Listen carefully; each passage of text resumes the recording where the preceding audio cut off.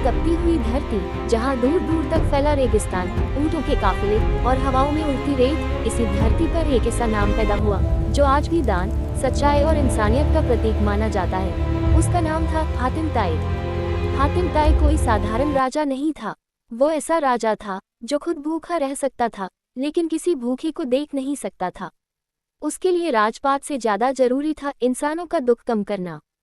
कहते हैं, हातिम ताई जब भी शिकार पर जाता और रास्ते में कोई गरीब, कोई मुसाफिर, कोई भूखा इंसान मिल जाता, तो वो अपने हिस्से का खाना भी उसे दे देता। लोग कहते, राजा होकर इतना दान क्यों करते हो? और हातिम ताई मुस्कुरा कर कहता, अगर मैं किसी को देकर भी खुश नहीं हो सकता, तो राजा कहलाने का क्या फायदा। एक दिन पड़ोसी राज्य के एक क्रूर और घमंडी बादशाह ने पूरी दुनिया के सामने एक चुनौती रख दी। उसने अपने दरबार में घोषणा की, दुनिया में सच्चा इंसान वही है जो मेरे 7 सवालों के सही जवाब दे सके। जो जवाब लेकर आएगा उसे इनाम मिलेगा, और जो असफल हुआ वो अपमानित होगा। उसके 7 सवाल सुनकर बड़े बड़े योद्धा भी डर गए, क्योंकि वो सवाल आसान नहीं थे। वो सवाल इंसान के दिल और सोच को परखने वाले थे। लेकिन जब ये बात हातिम ताई तक पहुंची, तो उसने बिना डरे कहा, मैं जाऊंगा और मैं इन 7 सवालों के जवाब लेकर आऊंगा, क्योंकि ये सफ़र सिर्फ जवाबों का नहीं, इंसानियत का सफ़र है। और फिर शुरू हुई हातिम ताई की यात्रा। रेगिस्तान की लंबी राहें, कभी धूप, कभी आंधी, और हर कदम पर एक नई परीक्षा। पहला सवाल था, सबसे बड़ा दानी कौन? हातिम ताई चलते चलते एक छोटे से गांव में पहुंचा। वहां उसने एक गरीब आदमी को देखा। उस गरीब के पास सिर्फ एक ही रोटी थी, लेकिन जब उसने एक भूखे मुसाफिर को देखा, तो उसने वही आखिरी रोटी भी उसे दे दी। उसके चेहरे पर कोई दुख नहीं था, बल्कि एक सुकून था।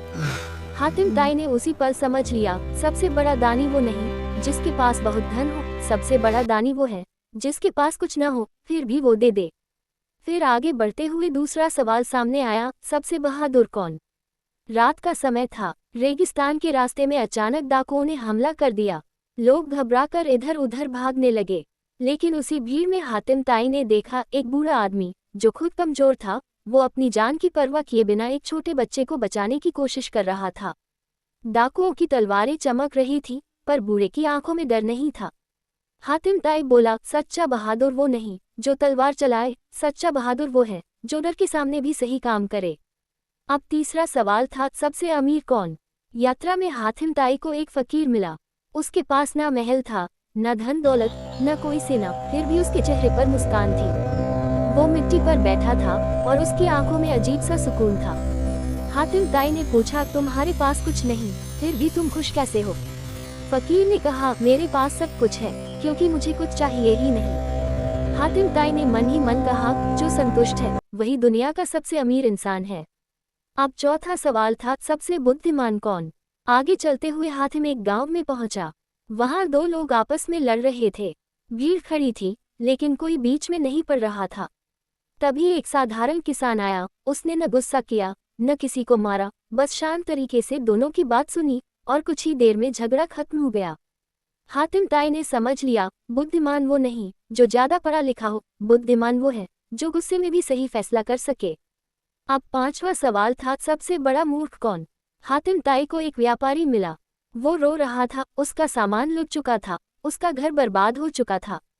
उसने कहा, मैंने लालच में गलत रास्ता चुना, मैंने दूसरों को धोखा दिया, और आज मैं खुद खाली हाथ रह गया।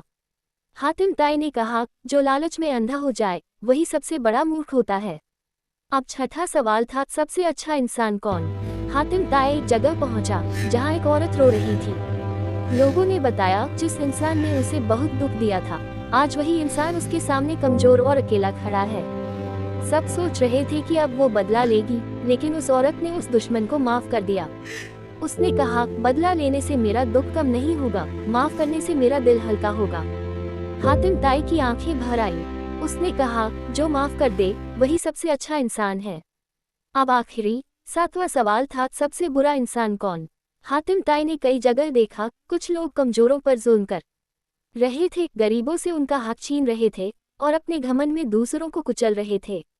हातिम ताई ने कहा, सबसे बुरा इंसान वो है जिसके दिल में दया नहीं, जो कमजोरों पर अत्याचार करे। अब हातिम ताई के पास 7 सवालों के जवाब थे। वो वापस उस क्रूर बादशाह के दरबार में पहुंचा। दरबार में सन्नाटा था, सैनिकों की कतारें थीं, और सिंहासन पर बैठा था वही घमंडी राजा। हातिम ताई ने एक एक करके 7 सवालों के जवाब सुनाए।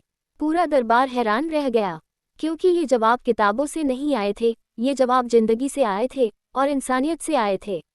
क्रूर बादशाह की आंखें झुक गईं, उसका घमंड टूट गया और उसने कहा, आज मैं समझ गया, सच्ची जीत ताकत की नहीं होती, सच्ची जीत सच्चाई और इंसानियत की होती है।